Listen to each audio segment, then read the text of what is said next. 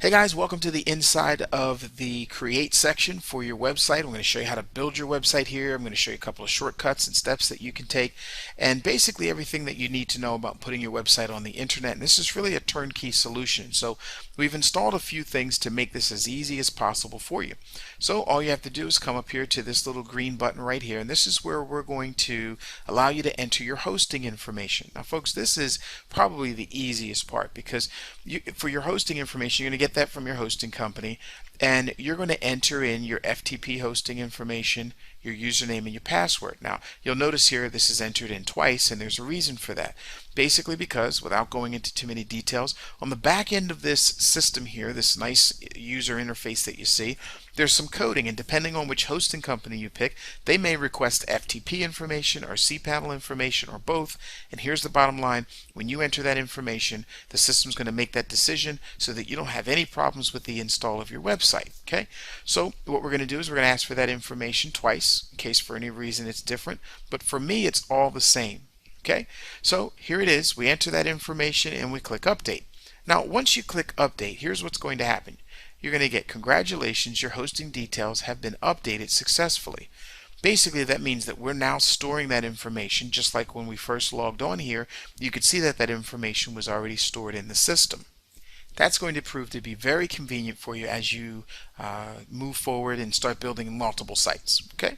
Alright, so now that information is stored. Now if you have multiple accounts, we'll allow you to store up to 3 different hosting account details. So detail 1 is up at the top, detail 2, and 3, and so on. And this is basically just so that you can keep that information in one spot. Keep it pretty simple when it's time for you to add multiple websites and rapidly add multiple websites. Okay, so now that your hosting information is installed and in the right place, click on Create. Well, now once you click on Create here, you'll see that you can now configure your WordPress website for its setup. This is where you're going to enter your domain name, and of course I've entered mine a couple times, so you're going to see how to train the puppy. And then of course there's the public HTML, and that's the directory that I want my website in so the entire world can see it. However, there are going to be times that you're going to want to install your website in a separate directory, and let me show you exactly when, where, and why, and how, and all that good stuff. Now I'm with HostGator, and so this is what the inside of the HostGator control panel looks like. And basically, if you're going to add on a new domain or create a subdomain or something of that nature, you're going to need to know exactly where you install that information. So when you click on Add Domains, you're going to see right here on the window, you're going to see a place for your domain, and this may be your new domain because you can add multiple domains to your account. So you can create a totally different domain, and you can decide that this is going to be the username for that domain. And then, of course, you can decide the directory. So let's say you wanted to create How to Train the Puppy 2. You might call this directory, How to Train the Puppy 2. I keep it pretty simple, right? So How to Train the Puppy 2. Okay, and this is going to be the new directory. And of course, when you get onto this side of the control panel, that's where you're going to add that information on how to train the puppy 2. Okay, alright, so we'll keep it pretty simple. Basically, that's where you're going to enter that information. But simply for this demonstration purpose, we're going to stay with the public HTML. Alright, I want to take you down an area where you get confused, and I want you to be able to do this in a very simple way. Okay, now of course you'll see here, these are the hosting details. Now this is, of course, the hosting details that I entered was under hosting detail number 1. There's number 2 and number 3, and then you can just select that from the back. Here I'm going to go with hosting number 1, and I'm going to pick a theme. Let's go with, let's say, something pretty simple like the default. I couldn't find one in there that matches How to Train the Puppy, but that's okay, right? Because the themes that you're going to pick, yeah, they're nice looking, and those are themes that people will recognize when they see your site. But what's most important is that the search engines find the content and they find the information on there, and that you have ads on your website. When people get there, they'll read the articles, and of course when they click on those articles, when they click on the ads, you should be able to make money from that. Okay. Then of course my hosting provider here is HostGator, and there's a number of different hosting providers here, but mine happens to be HostGator. So I select that, and then I just simply click Install WordPress. And when I do that, what it's going to do is take me to another screen where I can install the WordPress, and it's going to ask me on that screen for my WordPress information. Okay, so here we go.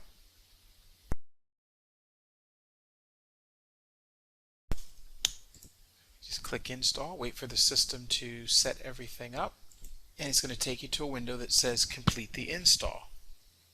Now this is pretty simple. Just click here and click on complete install, and basically it's asking you for your site name. Mine happens to be How to Train the Puppy. And notice that I don't have to have the .com there if I don't want. I can just have the name of the site, then the admin, which is the username, the password here. Now this password is a pretty simple one here, so you're just going to type in, okay, mine matches up. I've made it very simple. I'll change it once I get on the inside. And then I have info at howtotrainthepuppy.com. Now, here's the thing, folks. If for any reason you don't have a username here, if you don't have an email address that matches the website, don't worry about that. All you really need is an email like Yahoo or your Gmail or something like that. But we'll keep that pretty simple. Now, this section right here, this is completely up to you. I would highly recommend, if you're going to get your website ranked, wait until you allow websites like Google and others to come through and spider your website. Uncheck that, because you don't want them to see an unfinished product. I think you get one bite at the apple, and that's pretty much it. If you have really good content there, then they'll come back. Then you click Install WordPress, and it's going to take you to this next step here. This is very simple. Basically, the admin and the password that you've chosen. And then what it's going to do is it's going to take all of the plugins and everything that we talked about in the other videos and the theme that you selected, and it's going to install the plugins and the theme. Now, once you get on the inside of the website, there are a couple of things you'll see depending on where you are in the process. You're going to see a few things, and basically there are plugins. You may need to update your website to the current version. That's a real simple process. You just click on Update, and you click Update Automatically, and that will update your website. The versions of WordPress are changing all the time, so if that happens to be the case for you, no problem. Just go in there and update. I don't like to see anything sitting up in this section here. I just feel like this is, these big pink and red and yellow things, they just need to be taken care of, right? So they're going to remain there until you take care of them. Here for the Shareaholic, this is very simple. Just click on this plugin options page. It's going to take you to the page. Basically, it's just going to try to figure out which bookmarks, social bookmarks, do you want to utilize or allow your customers to use, or visitors to your website, I should say, to use. And so this is very simple. Now, this looks a little bit overwhelming at first. So here's what I would recommend you do. Just simply decide which ones you want, if you want to select them, or you can say none, or you can say the ones that are most popular. The ones that are most popular, of course, they're going to pop up as Facebook. You're going to find Gmail in there, and you'll probably find, if you look around, Twitter's there, and a few others. Okay, and so basically that's up to you to decide. Then you can select a few more if you think that maybe they've missed one or two. Then as you scroll down, folks, I would just leave this exactly the way it is right now. I would leave this so that you don't change any of this information and your tweets go out the right way. Then of course, basically all the default settings are pretty much what they should be, because this is a very simple plugin.